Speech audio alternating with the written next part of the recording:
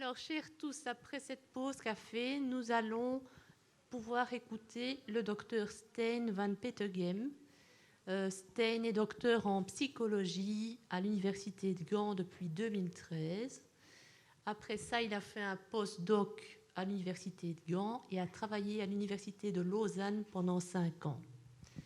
Alors, c'est un grand bonheur parce que depuis fin 2020, Stijn a été nommé chercheur FNRS auprès de la faculté de psychologie de l'ULB, et donc en collaboration avec le professeur Duret. Et donc, je dis que c'est une grande chance parce que Stijn est très intéressé par les adolescents, la transition. Et en plus de ça, il a aussi eu une bourse ERC de la Commission de recherche européenne, qui est quand même quelque chose de très prestigieux. Et avec cette bourse, donc, il a toute une équipe de doctorants autour de lui qui travaille sur la surparentalité. Et donc, c'est à ce propos-là que nous allons t'écouter avec grand plaisir maintenant. Stijn, je te cède la parole. Bonjour à tous et à toutes. Tout d'abord, je tiens à remercier l'équipe chaire de transition pour l'invitation. Puis merci aussi à professeur Dallet pour cette jolie introduction. Je suis très content d'être ici avec vous en présentiel, bien que j'avais un petit peu oublié qu'un grand auditoire, c'est plus impressionnant qu'un petit écran, mais comme ça, c'est quand même plus humain le contact, puis ça va, espérons aussi faciliter la discussion après. Donc, comme expliqué, maintenant je suis affilié à l'Université libre de Bruxelles en tant que psychologue du développement, psychologue de la famille. Puis aujourd'hui, je vais donner un petit aperçu des travaux qu'on a menés dans le passé à l'Université de Gand, à Lausanne, en Suisse. Puis aussi quelques petits éléments par rapport à la future, ce qu'on va faire au sein de ce projet qui s'appelle Safe Story, qui est donc financé par la Commission de recherche européenne. Je suis content d'être ici. Je veux beaucoup partager des résultats, des recherches, des théories. Le risque, c'est que ça risque d'être un peu dense, mais on va voir comment ça va se passer. Puis je laisse aussi à vous un peu le choix de faire du cherry picking et de prendre les idées qui vous intéressent, puis potentiellement on peut revenir sur ces points plus tard. Qu'est-ce qu'il y a au programme pour aujourd'hui? Donc, tout d'abord, j'aimerais souligner que je vais surtout faire des allers-retours entre des réflexions et des concepts plus théoriques et des illustrations de recherche.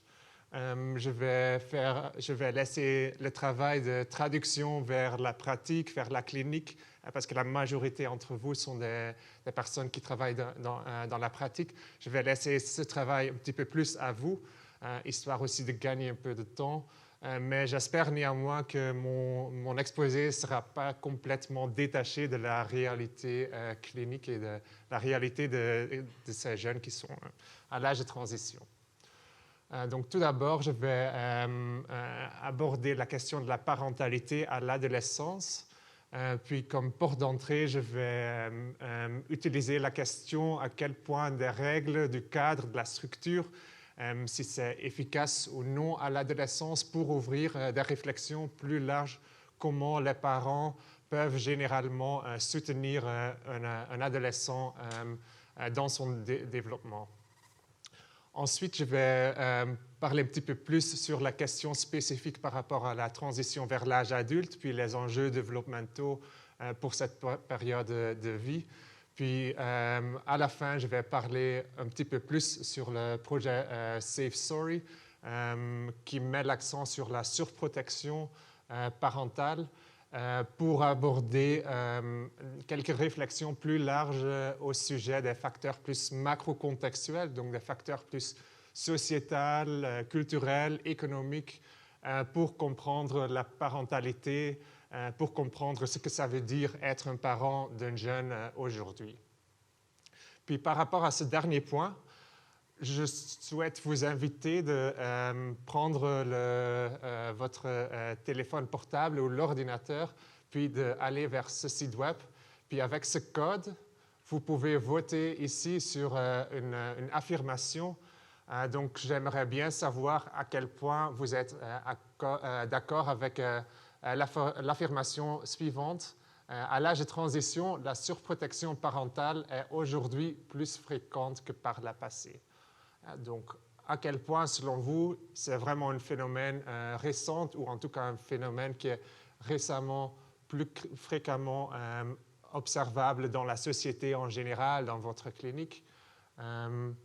Donc, avec ce site web et ce code, vous pouvez voter votre point, ou vous pouvez exprimer votre point de vue. Et vers la fin de ma présentation, je vais revenir sur ce sondage. Je vais laisser 2 secondes. Je voulais mettre le code sur le tableau, mais il n'y a plus de tableau dans cet auditoire moderne. Donc, je le laisse quelques secondes de plus.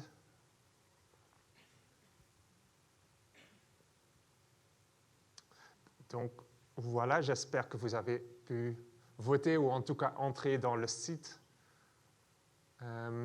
Mais dans la première section de ma présentation, je vais surtout parler de l'adolescence, l'adolescence qui est en soi aussi une période de vie de transition qui est caractérisée, comme vous le savez tous, par beaucoup de changements, à la fois au niveau biologique, cognitif, social, et du coup qui est souvent présentée comme une période qui est difficile. Difficile à la fois pour le jeune, pour l'adolescent, lui ou elle-même, mais aussi pour les personnes qui les entourent, les parents, les enseignants, les soignants.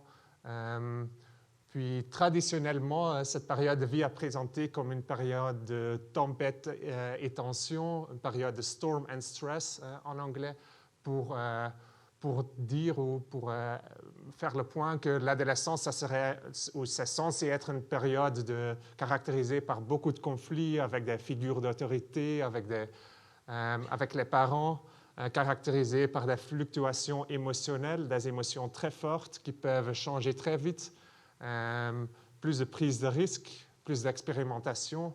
Puis ces symptômes de tempête et tension, ça serait normatif, voire obligatoire pour pouvoir faire le passage vers l'âge adulte. C'est une vision plutôt traditionnelle, classique de l'adolescence aujourd'hui. La conception, en tout cas en psychologie du développement, par rapport à l'adolescence est plus nuancée, c'est-à-dire que pour la majorité des adolescents, cette période de vie se passe relativement bien, caractérisée par la grande guerre avec les parents, avec les enseignants, mais néanmoins, pendant cette période de vie, il existe quand même il y a quand même un risque élevé pour vivre ce genre de symptômes de tempête et tension. Et puis, ceci serait à cause des enjeux ou des tâches développementaux sous-jacents qui se passent pendant cette période de vie. Et par ça, j'entends entre autres l'autonomisation à l'adolescence, la prise d'indépendance, la formation identitaire, trouver une question à la question « Qui suis-je? Qu'est-ce que je veux faire avec ma vie? Où est-ce que je veux aller ?» Puis aussi la renégociation des frontières de sa vie personnelle, son domaine personnel. Puis ces tâches développementaux, cela pourrait avoir aussi comme effet ces explorations identitaires, cette prise ou cette revendication d'autonomie, ça pourrait avoir aussi comme effet que parfois les ados vont aussi remettre en question l'autorité, la légitimité de certaines personnes d'imposer un certain cadre, d'avoir certaines attentes vis-à-vis de leur comportement. Puis potentiellement, ça peut donner donc certaines tensions entre ce besoin d'autonomie de l'un côté, puis cette nécessité de structure, de cadre, comme aussi évoqué par Monsieur le ministre ce matin, de l'autre côté. Puis pour illustrer ou pour rendre vif cette tension, je vais vous brièvement montrer une vidéo que vous avez peut-être vue dans le passé. C'est une vidéo qui, pour certaines personnes, est relativement banale, pour d'autres personnes, pas du tout banale. Puis c'est une vidéo où, lors d'une fête nationale, un jeune parle au président de la France, Emmanuel Macron, d'une manière trop familière. Puis je vais montrer les vidéos et je vais espérer que le son marche.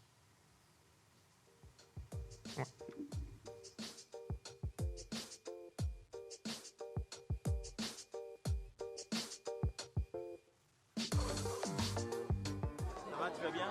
Bonjour. Bonjour. Ça va? C'est bien. Mais ça va? Je la connais, ça va Manu? Non, je suis pas ton copain. Non.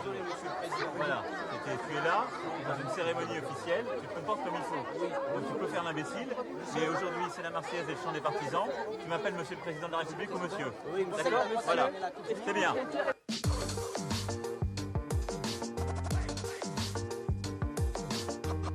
Et tu fais les choses dans le bon ordre. Si le jour où tu veux faire la révolution, tu apprends d'abord à avoir un diplôme et à te nourrir toi-même. D'accord? Et à ce moment-là, tu iras donner le son.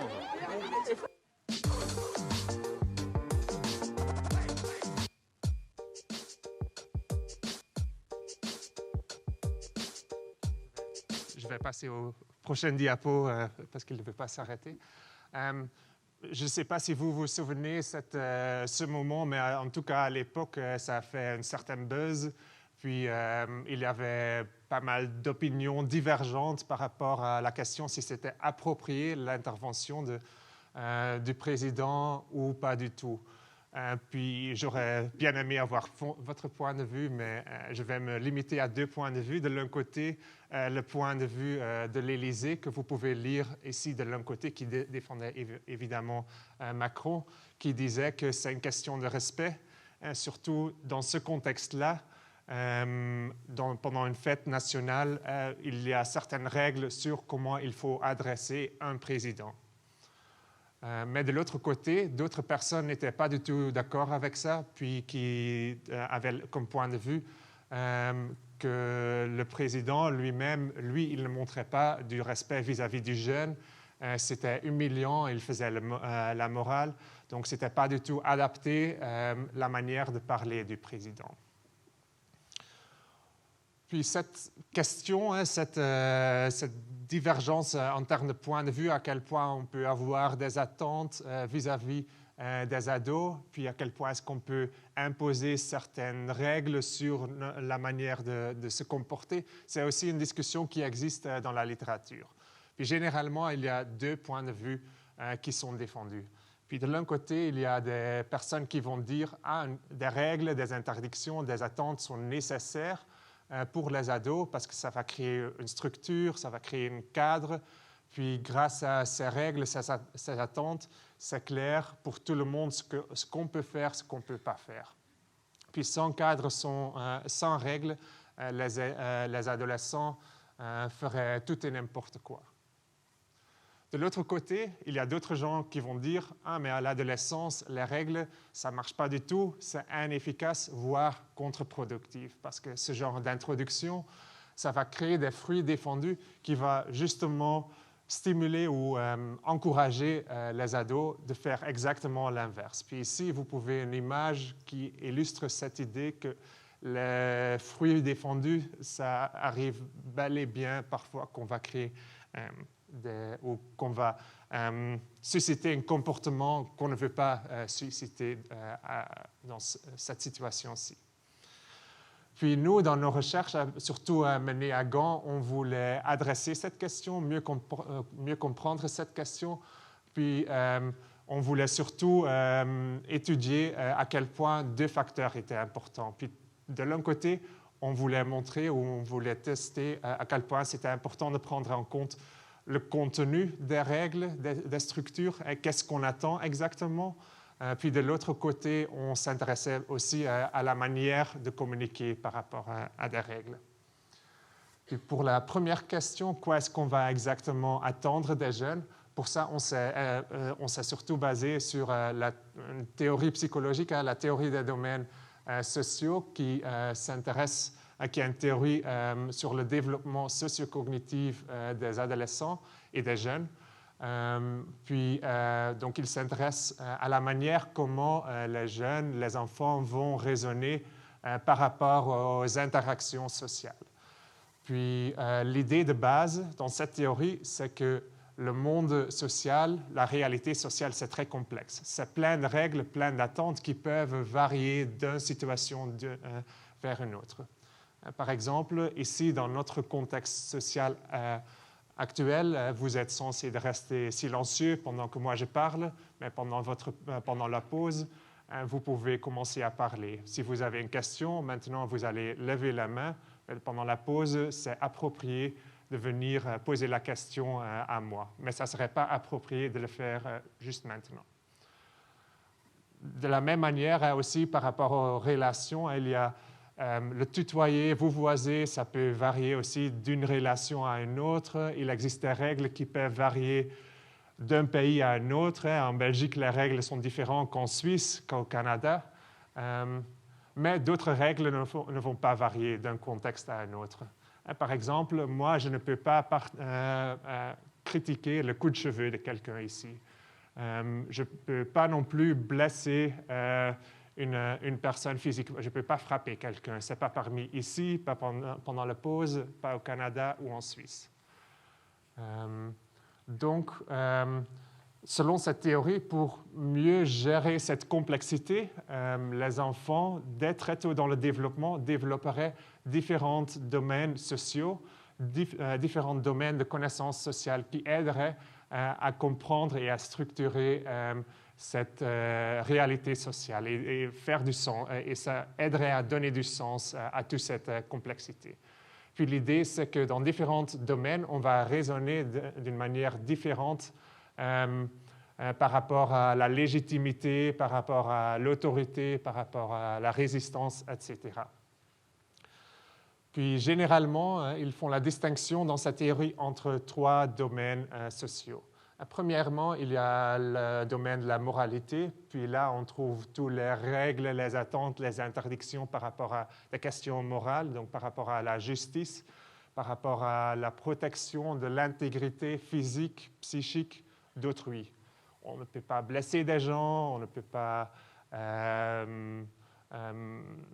dire de mauvaises choses par rapport à certaines personnes, on ne peut pas mentir, il faut être honnête, etc. Puis ces comportements sont universellement bons ou mauvais. Il n'y a pas une certaine autorité qui a décidé qu'il faut être honnête ou que tu ne peux pas mentir. C'est le comportement en soi qui détermine si c'est bon ou mauvais. Deuxième domaine, c'est le domaine conventionnel. Puis là, on trouve toutes les conventions sociales, donc les règles et les attentes qui vont structurer et faciliter l'interaction sociale. Donc là, on trouve par exemple la question de tutoyer, vouvoiser, comment on va se saluer, quand est-ce qu'on va donner des bises, etc. Ces règles, ces attentes sont beaucoup plus variables, peuvent varier d'un contexte à un autre, d'une culture à une autre. Puis ces règles sont soit plus déterminées par une autorité, l'enseignant par exemple, dans une classe, ou c'est négocié entre différents partenaires. Mais ces règles sont intrinsèquement plus arbitraires en soi, le comportement en soi. Puis le troisième domaine, c'est le domaine personnel. Puis là, on trouve toutes les thématiques qui sont en lien avec sa vie privée, son identité, puis l'expression de soi-même. Puis là, on trouve, par exemple, des comportements en lien avec l'expression de soi-même, les vêtements, le coup de cheveux, les relations aussi, le choix d'amis, par exemple, le contenu de nos communications, nos messages qu'on va envoyer à nos amis. Puis là, si une autorité imposait certaines règles dans ce domaine-là, ça serait fortement perçu comme intrusif, comme illégitime, parce que c'est une question de préférence personnelle.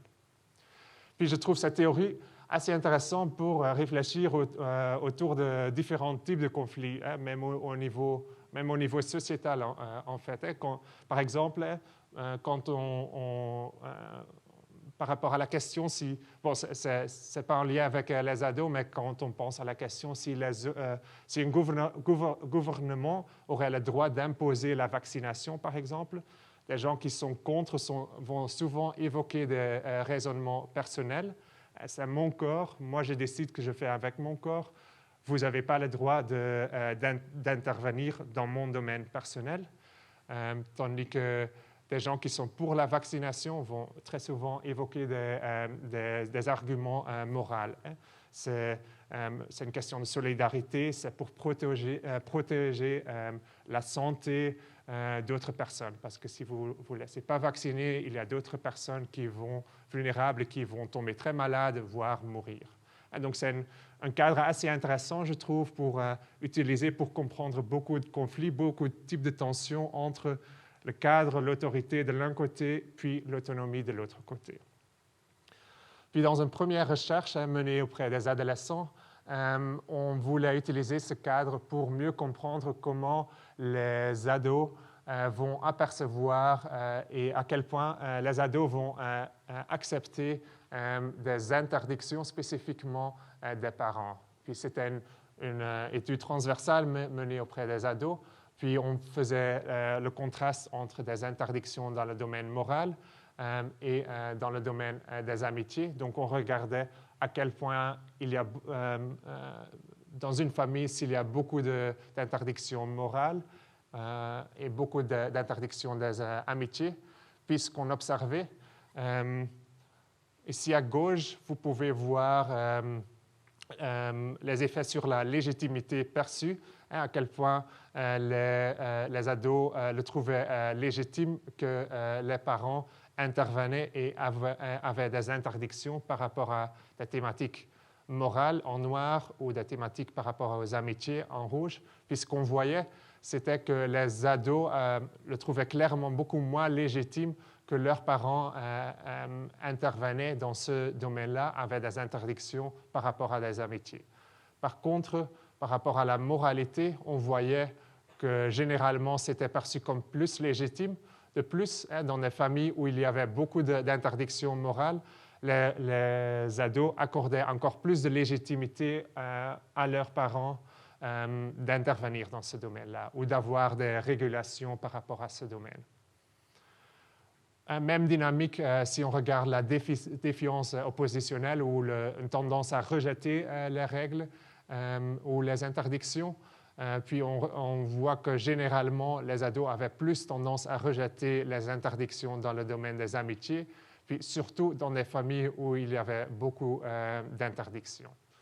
Donc, ça montre qu'il est de l'un côté donc important de prendre en compte le contenu des interdictions, puis ça suggère qu'intervenir dans le domaine personnel, ça risque potentiellement d'être perçu comme illégitime, voire ça pourrait susciter de la résistance. Après, on a aussi étudié à quel point le style de communication est important. Puis pour ça, on s'est basé sur la théorie de l'autodétermination, qui est une théorie humaniste du développement de l'être humain. Puis c'est une grande théorie, ils disent beaucoup de choses, mais ici, dans ce contexte, ce qui est surtout important, c'est que selon cette théorie, si on veut comprendre quand ou sous quelles conditions les règles, les interdictions, le cadre sera accepté ou bien rejeté, il serait important de regarder aussi la manière comment on va parler et introduire ce cadre, ces règles. Puis une distinction importante qu'ils font, c'est entre le soutien à l'autonomie et le contrôle parental. Puis le soutien à l'autonomie, en général, ça implique encourager l'enfant, le jeune, de se comporter en congruence avec ses propres valeurs, ses intérêts personnels, ses préférences personnelles. Puis dans le cadre de la communication des règles, ça impliquerait utiliser un langage qui est plutôt informatif, suggestif. Je propose que tu fasses ça. Valider les sentiments, considérer le point de vue, donc être empathique. Je vois que tu es fâché, je vois que tu n'as pas envie de venir à la fête de famille. Ça ne veut pas dire que l'autre personne a raison, mais en tout cas reconnaître les sentiments de l'autre, important. Puis, troisièmement, donner une explication qui est compréhensible et pertinente. Par contre, un style qui est contrôlant, en général, ça fait référence à l'utilisation de la pression et de la force pour obliger l'enfant, le jeune, de se comporter comme souhaité. Puis dans le contexte de la communication des règles, ça implique utiliser un langage qui est coercitif, menaçant. Tu dois faire ça. Culpabiliser, induire la honte. Sinon, tu me déçois vraiment. Menacer avec des punitions. Si tu ne viens pas à la fête de famille, il y aura des punitions, je vais t'enlever un certain privilège. Puis selon cette théorie, un style qui est soutenant à l'autonomie, ça amènerait à plus d'acceptation des règles du cadre parce qu'on comprendrait mieux pourquoi ce cadre est important. Par contre, surtout un style qui est contrôlant va surtout frustrer ou menacer le besoin d'autonomie et du coup amener à plus de résistance ou plus de rejet de ces règles. Puis on a testé cette dynamique ou ces questions-là dans une étude longitudinale menée auprès des ados qu'on avait suivis pendant 2 ans. Donc il y avait 2 temps de mesure. Puis l'avantage d'un tel design, un design longitudinal avec 2 points de mesure, c'est qu'on peut aussi regarder des changements dans le temps. À quel point un ado va devenir plus ou moins défiante, résistante. Puis qu'est-ce qu'on trouvait? Tout d'abord, on trouvait que le nombre, donc on avait regardé à la fois la quantité ou le nombre des interdictions qui existaient, puis aussi la manière comment les parents vont typiquement parler des interdictions. Puis, auprès des jeunes, on a regardé à quel point les jeunes vont rejeter ces interdictions. Puis, ce qu'on voyait, c'est que le nombre d'interdictions, la quantité d'interdictions, avait peu d'influence sur le comportement du jeune. Par contre, on voyait que quand les parents étaient généralement plus soutenants à l'autonomie, les jeunes devenaient moins résistants à travers le temps, tandis que quand les parents étaient plus souvent contrôlants, utilisaient des menaces, etc., les jeunes devenaient plus défiantes, résistantes à travers le temps. De plus, ce qu'on avait aussi trouvé, c'était que pas seulement le comportement des parents vont influencer le comportement des jeunes, mais aussi, ça va aussi dans l'autre direction. C'est-à-dire que quand les ados étaient déjà très résistants au temps 1, les parents devenaient aussi moins soutenants à travers le temps. Ensuite, dans une deuxième étude, on avait utilisé une approche plus expérimentale. Je ne vais pas aborder cette étude en profondeur pour aller un peu plus vite, mais on avait présenté des vignettes dans lesquelles on décrivait certains comportements, où on avait demandé aux ados de s'imaginer une certaine situation. Et dans cette situation, ils étaient demandés de s'imaginer que leur mère était soit contrôlant, ce que vous pouvez lire ici, soit soutenant à l'autonomie, soit plutôt neutre.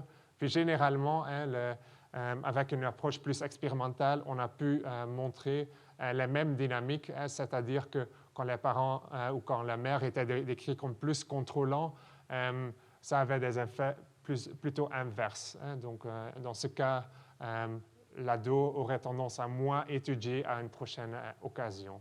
Puis, on trouvait l'inverse pour le soutien à l'autonomie.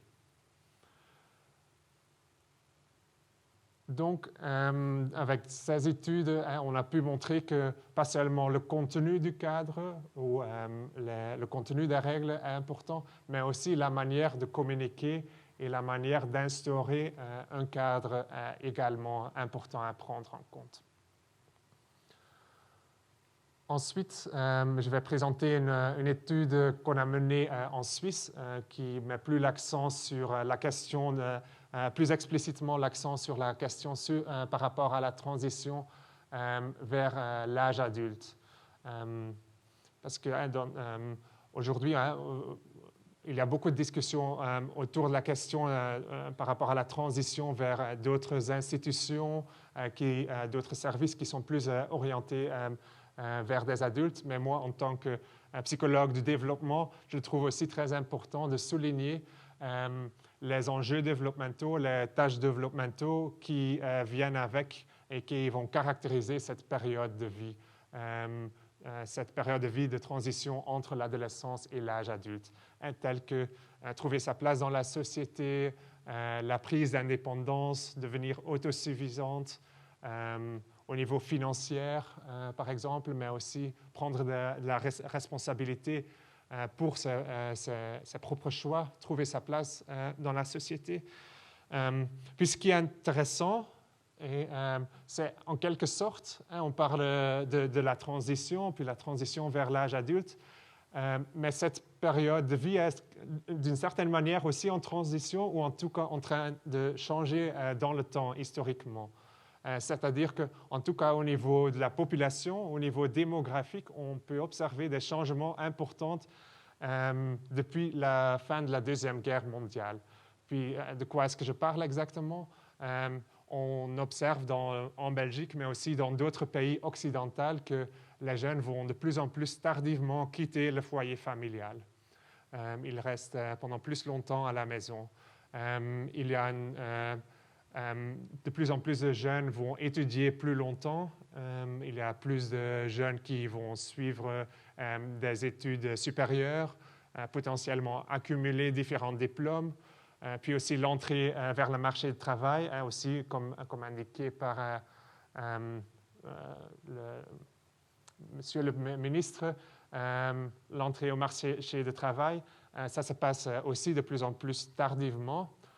Puis aussi d'autres indicateurs plus objectifs qui sont utilisés comme des indicateurs de la transition vers l'âge adulte, le mariage et la parentalité, ça se passe aussi de plus en plus tardivement. Puis j'ai cherché un peu les stats belges par rapport à ça, puis je trouvais seulement les données démographiques des 20 dernières années, mais même seulement pendant ces dernières 2 décennies, on peut observer des augmentations en termes d'âge de mariage, mais aussi en termes de parentalité. Puis bien sûr, cette évolution s'inscrit dans une évolution plus large qui a commencé déjà bien avant 2000. Puis ça s'inscrit aussi dans une dynamique ou un changement plus large dans la société, qui se passe aussi dans d'autres pays occidentaux. Puis typiquement, quand on observe ça, des raisons qui sont données pour ces évolutions, typiquement on va donner des donc généralement, ce que ça veut dire, on a l'impression que généralement, les jeunes vont reporter certaines grandes décisions dans la vie. Puis typiquement, c'est vu comme une période du coup d'exploration en termes identitaires prolongés. On va essayer différentes formations, par exemple, expérimenter plus aussi avec des relations, parce qu'on ne doit pas directement se marier avec notre première copine. Aussi en termes de vision du monde, plus de voyages, une année d'Erasme, un tour du monde. Puis ces changements démographiques seraient une manifestation de ces changements ou de cette prolongation ou cette exploration identitaire prolongée. Puis selon certaines personnes, ça serait ou c'est vu comme des conditions favorables selon certains théoristes. Puis ce serait dû aux certains changements plus économiques qu'on a pu observer post-Deuxième Guerre mondiale. Il y a plus de prospérité, l'arrivée de l'État-providence, le marché du travail qui a changé, une société post-industrielle. On a besoin pour le marché du travail plus de personnes qui ont des éducations plus élevées ou plus de l'éducation supérieure. Puis aussi dans la mentalité, il y a aussi des conditions plus culturelles qui peuvent expliquer ces changements, notamment avec la sécularisation ou la laïcisation. Les grandes institutions telles que l'Église, ils ont perdu l'influence.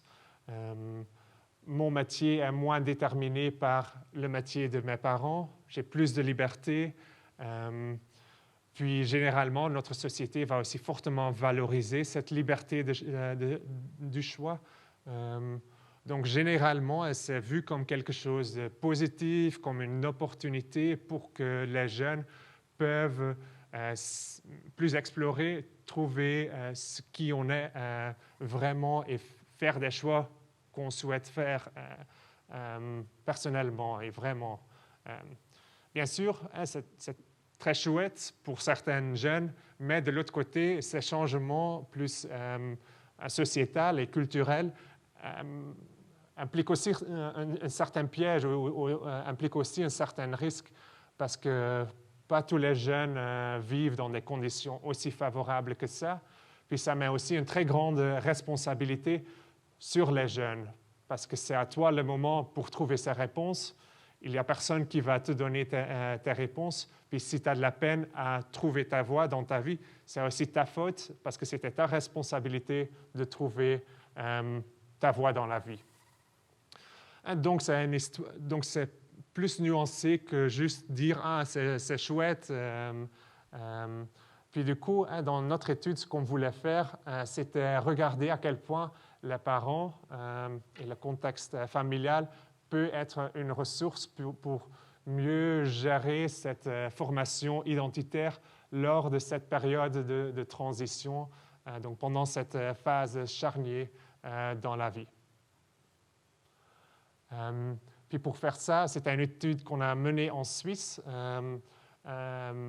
auprès d'à peu près 500 adolescents qu'on a suivis dans le temps. Il y avait 4 temps de mesure. Puis pendant cette période, il y avait une transition, c'est-à-dire que les jeunes, pendant l'étude, quittaient l'école obligatoire pour ensuite s'orienter soit vers des études supérieures ou bien pour s'orienter vers le marché du travail. Et donc, c'est une période importante à la fois en termes de prise d'indépendance, mais aussi parce que c'est une période ou un moment où, quand on va prendre aussi des décisions qui peuvent potentiellement avoir des répercussions importantes pour la suite. Puis à ces 4 temps de mesure, on a mesuré une série de choses, des aspects par rapport à la parentalité, généralement à quel point les parents étaient soutenants à l'autonomie ou bien plutôt contrôlants, des aspects par rapport à la formation identitaire, à quel point est-ce que le jeune est en train d'explorer, à quel point est-ce qu'il a déjà fait certains choix et décidé où aller avec sa vie, puis aussi la rumination, à quel point l'ado ou le jeune va hésiter, à quel point est-ce qu'il se sent coincé dans cette formation identitaire et à quel point il ne sait pas du tout où aller et ça lui préoccupe. Puis on a aussi mesuré quelques aspects de l'ajustement, notamment l'estime de soi et la prise de risque. Puis à base de ces données, on a fait plein d'analyses, je ne vais pas montrer tous, mais brièvement, pour résumer, ce qu'on a fait, c'est à base de ces données, on a d'abord estimé des trajectoires individuelles pour chaque individu, ou un programme statistique a fait ça pour nous. Puis ensuite, on a essayé de grouper toutes ces trajectoires pour identifier des jeunes qui avaient des trajectoires relativement pareilles. Puis ici, on peut retrouver la trajectoire en termes de formation identitaire. Puis on trouvait 4 groupes, puis à titre d'exemple, je vais soulever 2 groupes spécifiques. De l'un côté, ici en vert, on a un groupe qui avait, ici on trouve les variables d'engagement, puis ces jeunes avaient au début de l'étude, donc déjà avant la transition, ils avaient déjà des engagements assez forts, donc ils savaient déjà relativement bien où aller dans leur vie, puis ils s'identifiaient fortement avec ces engagements. Puis on observe soit ça restait stable, soit ça augmentait même avec le temps. Puis pour la rumination ici, vous pouvez voir qu'ils avaient déjà des scores relativement bas, puis ça descendait à travers le temps. Du coup, ces jeunes semblent passer cette transition de manière relativement positive. Ils ont une formation ou un développement identitaire relativement favorable, on pourrait dire. Puis du coup, on les a appelés les pathmakers, ou en anglais, ou en français, les pionniers, je pense. De l'autre côté, on avait aussi un groupe qu'on a appelé les chercheurs perdus. C'était des ados avec des engagements déjà très faibles au début, puis il y avait peu de changements en termes d'engagement. Donc, ils ne savaient pas trop quoi faire avec la vie. Mais de l'autre côté, par rapport à la rumination, on peut observer des taux très élevés, puis ça restait aussi stable à travers le temps. Donc, ce sont des jeunes qui ne savent pas trop où aller dans leur vie, quoi faire exactement, puis ça les inquiète clairement. Ensuite, on a fait la même chose aussi par rapport à la parentalité. Je ne vais pas non plus entrer trop en détail. Généralement, ce qu'on observait, c'était de l'un côté beaucoup de stabilité. Les parents ne changent pas tellement dans leur pratique parentale. Puis, entre autres, on trouvait un groupe highly supportive, donc très soutenant, avec des niveaux bas tout au long de l'étude en termes de contrôle et des niveaux très élevés en termes de soutien à l'autonomie, puis ça augmentait même légèrement. Puis de l'autre côté, en rouge, un groupe où les parents étaient plutôt contrôlants, puis ces niveaux augmentaient même légèrement. Puis ce qu'on voyait, si on combinait ces classements avec les classements de diapo avant, c'était que les jeunes qui vivaient dans des familles qui étaient généralement soutenantes, eux, ils avaient aussi plus de tendance d'être dans une classe qui était caractérisée par un développement identitaire favorable. Puis même chose pour l'estime de soi et la prise de risque. Je ne vais pas montrer ces résultats, mais ces jeunes-là, généralement, ils avaient aussi une estime de soi la plus élevée et un niveau faible en termes de prise de risque. Donc tout ça, ça montre que les parents peuvent être une ressource importante pour mieux gérer ou pour bien gérer cette transition et les enjeux développementaux, entre autres en termes identitaires, qui viennent avec. Ensuite, je vais vite regarder le temps. OK, trop bien. OK, parfait. Puis pour finir, dans la dernière section, je vais aborder brièvement le projet Safe Story, parce que jusqu'à maintenant, j'ai beaucoup parlé des parents, j'ai beaucoup parlé du rôle des parents. Puis un risque en faisant ça, c'est de mettre toute la responsabilité du développement auprès des parents. Et s'il y a des difficultés qui se passent, le risque potentiellement, c'est implicitement aussi de blâmer les parents que leur jeune a mal passé la transition, a de la peine à trouver sa voie dans la vie, etc.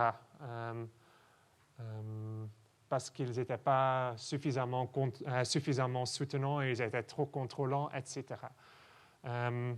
Mais parfois, et moi, je suis coupable aussi, parfois, du coup, on a aussi tendance à oublier que ces parents, pas seulement les jeunes, mais aussi les parents, vivent dans un certain contexte, vivent dans une certaine société, vivent dans une certaine époque aussi. Puis tout ça va aussi influencer notre parentalité. Puis dans ce projet Safe Story,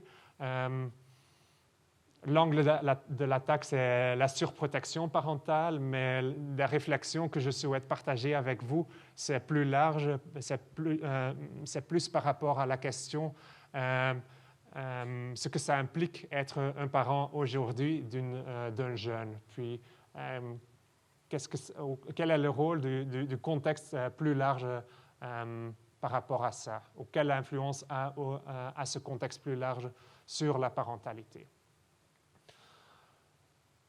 Mais comme je disais, l'approche ou le concept parental central dans ce projet, c'est la surprotection parentale. C'est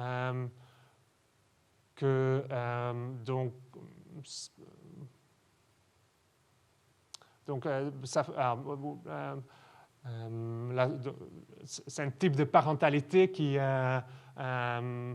pour lequel plusieurs termes ont déjà été inventés, plusieurs métaphores. Le plus connu, c'est la métaphore des parents hélicoptères qui flottent autour de la tête de l'enfant, puis dès qu'il y a un problème, ils interviendraient pour résoudre ce problème-là.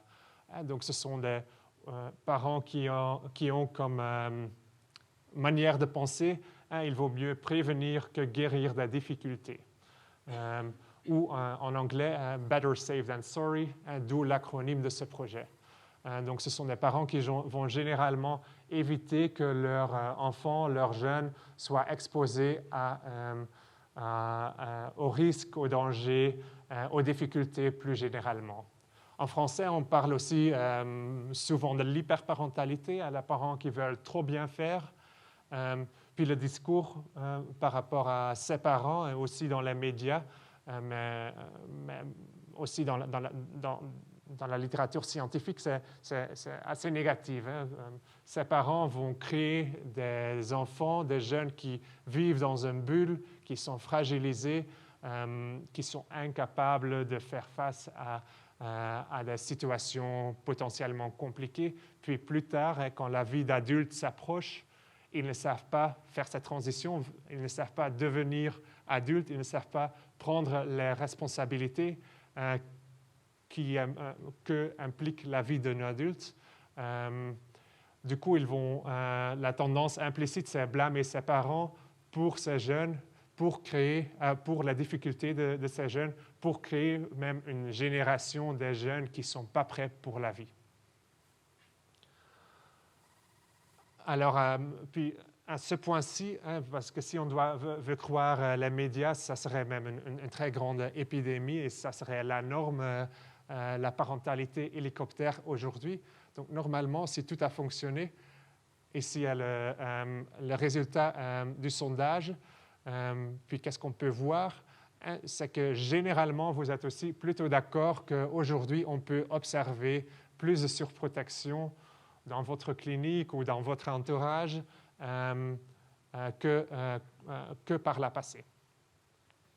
Qu'est-ce que la recherche montre brièvement? Moi, je n'ai pas de données par rapport à ça, mais il y a des études qui sont menées sur cette thématique-là, ou bien pas spécifiquement par rapport à la surprotection, mais ce qu'on sait, c'est qu'à travers le temps, historiquement, généralement, les parents sont devenus de plus en plus impliqués dans l'éducation de leurs enfants. Pour être clair, ça, c'est une bonne chose. Mais potentiellement, ça nous laisse croire qu'il y a aussi plus de parents qui veulent trop bien faire.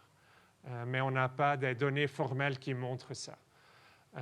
De l'autre côté, quand on regarde dans nos données les taux ou les niveaux de surprotection vécus par les ados, par les jeunes adultes, des études menées ici en Belgique, aussi en Suisse, montre quand même des niveaux pas astronomiquement hauts. Donc, de dire que c'est une grande épidémie, par exemple, ça serait exagéré.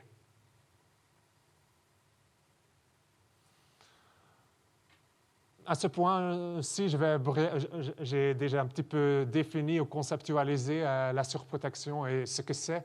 Donc, je ne vais pas trop m'arrêter ici, mais la surprotection en soi, ce n'est pas un concept qui est tout neuf, surtout dans la littérature pédiatrique et psychiatrique, ça a déjà été étudié pour comprendre certaines dynamiques familiales avec des enfants chroniquement malades, par exemple, ou bien pour comprendre le développement de certains troubles d'anxiété. La surprotection était déjà nommée, étudiée, etc. Mais c'est seulement relativement récemment que cette thématique de surprotection parentale est plus étudiée aussi dans les populations plus tout venant. Puis ici, vous pouvez lire une définition de la surprotection. Donc, ça fait référence à un degré de protection et un niveau d'implication parentale qui est excessif par rapport au niveau développemental de l'enfant. Donc, l'idée de base, la surprotection peut se manifester tout au long du développement, mais l'idée de base, c'est qu'il y a un manque d'adéquation entre les besoins développementaux, psychologiques de l'enfant et ce qui est fourni par les parents. Puis ça peut se manifester par une série de types de comportements.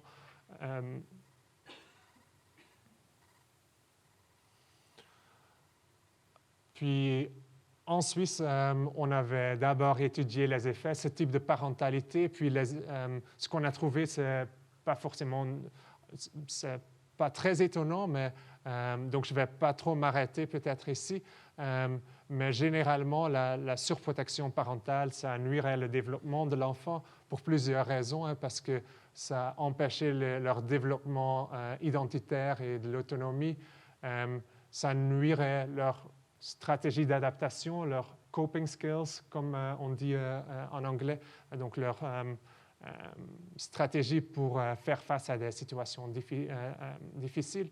Puis ça nuirait aussi leur développement de certaines relations avec des amis. Puis ça pourrait avoir aussi des effets négatifs sur les relations avec leurs parents. Puis pour ces raisons-là, c'est un facteur de risque pour la psychopathologie. Puis plusieurs types de pathologies, à la fois des troubles d'anxiété, des troubles dépressifs, aussi des symptômes somatiques, par exemple, et aussi des difficultés plus extériorisées. Mais du coup, ceci est relativement établi, disons, dans la littérature. Donc, dans notre projet Safe Story, on voulait surtout s'intéresser à la question pourquoi certains parents deviennent surprotecteurs. Puis là aussi, il existe déjà de la littérature là autour, mais surtout, il regardait les caractéristiques des parents. Les parents qui sont anxieux ou perfectionnistes deviennent plus surprotecteurs. Donc, ça explique aussi un mécanisme intergénérationnel des troubles d'anxiété. Ou bien des facteurs propres à l'enfant. Un enfant timide va aussi plutôt évoquer des comportements plus surprotecteurs. Mais ce qui est largement oublié dans ce champ-là, ce sont des facteurs plus contextuels. Puis potentiellement, pour moi, c'est un problème parce qu'avec un tel modèle, on va soit blâmer le parent, soit blâmer l'enfant pour cette situation-là. Mais potentiellement, il y a aussi certains aspects dans notre société contemporaine qui va expliquer pourquoi certains parents deviennent plus surprotecteurs et pourquoi potentiellement c'est aussi une sorte de réflexe naturel d'être plus impliqué, voire trop impliqué dans l'éducation parentale. Parce que notre société d'aujourd'hui, plus qu'auparavant, a beaucoup de normes, beaucoup d'attentes, beaucoup de jugements sur comment il faudrait qu'on éduque nos enfants. Puis potentiellement, ces injonctions peuvent stimuler ou encourager ou motiver les parents à être très impliqués, voire trop impliqués dans l'éducation de leurs parents. Puis ici, on entre vraiment aussi dans d'autres disciplines, telles que la sociologie, l'économie, les études de genre, puis une littérature qui est particulièrement intéressante dans cette optique-là, c'est une littérature sociologique qui souligne que les parents aujourd'hui, ils devraient faire face à une pression très élevée sur comment il faudrait qu'on éduque nos enfants. Puis l'idée, c'est ou ce que la société attendrait de nous, des parents, c'est d'être le parent parfait qui investit beaucoup de temps, beaucoup d'énergie, beaucoup d'argent aussi dans l'éducation de son enfant. Puis le bon parent devrait se sacrifier complètement pour le développement, même au détriment potentiellement de son propre santé mentale. Puis dans cette littérature, il parle même d'une idéologie pour parler de cet ensemble des normes, des attentes, etc. Puis là, bien sûr, la dimension du genre est aussi très importante, hein, parce que les attentes qui existent vis-à-vis des mères ne sont pas forcément les mêmes choses comme les attentes qui existent vis-à-vis des pères. Puis ici, je vous montre brièvement quelques données d'une étude qu'on avait menée en Suisse par rapport à la perception ou le vécu de la pression auprès des parents suisses. Puis ce qu'on voyait, c'est qu'on observait des niveaux assez élevés en termes de pression aperçue, à la fois auprès des mères, mais aussi auprès des pères. C'était sur une échelle de 1 jusqu'à 5, donc on peut observer des niveaux quand même très hauts. Puis cette pression venait à la fois de la société, mais aussi les médias et les autres parents. Puis potentiellement, donc ces pressions peuvent alimenter la surprotection parentale. Dans notre projet, on va étudier aussi encore deux autres aspects plus macro-contextuels. Un, c'est notre relation avec le danger et le risque. Je vais parler moins de ça, mais on vit dans un monde très médiatisé, ce qui va aussi influencer le comportement parental ou peuvent influencer le comportement parental. Troisièmement, on va aussi regarder des facteurs plus économiques, parce que depuis et là, je me base sur des hypothèses issues de l'économie. Par exemple, ces auteurs, ils vont dire qu'aujourd'hui, ou depuis les années 80, les inégalités économiques ont augmenté et ça continue à augmenter. Donc, la différence entre les plus riches et les plus pauvres, cette fossé devient de plus en plus grand. Puis, ça alimenterait la surprotection, la surimplication. Puis, le raisonnement là derrière, c'est que dans une société qui devient plus inégale, c'est tout à fait logique que le parent va se fortement investir dans l'éducation de leur enfant pour faire en sorte que leur enfant obtienne de bonnes notes à l'école, puisse aller à l'université, obtienne un bon diplôme pour pouvoir survivre plus tard dans un monde qui est économiquement plus précaire, plus compétitif, pour éviter que leurs enfants vont tomber de l'échelle sociale. Si c'est le cas, c'est encore une question ouverte parce que ça reste encore à tester. On va aussi étudier d'autres choses. Je ne vais pas trop parler de ça, mais pour tester tout ça, on est au début de ce projet. On vient de commencer en avril, mais on va utiliser différentes méthodologies, aussi des comparaisons avec d'autres pays. Donc, je me réjouis de faire tout ça. Mais du coup, pour finir, quelques points pour conclure. Tout d'abord, j'avais parlé de l'adolescence, puis la question du cadre et la tension avec le besoin de l'autonomie de l'enfant. Puis ce qui est à base de nos recherches important ou qui semble important à prendre en compte, c'est de l'un côté, quelles sont les règles, quel est le contenu, qu'est-ce qu'on veut réguler exactement, puis comment est-ce qu'on va communiquer, comment est-ce qu'on va instaurer ce cadre. Deuxièmement, j'avais présenté quelques données qui suggèrent que les parents sont potentiellement une ressource importante lors de cette transition.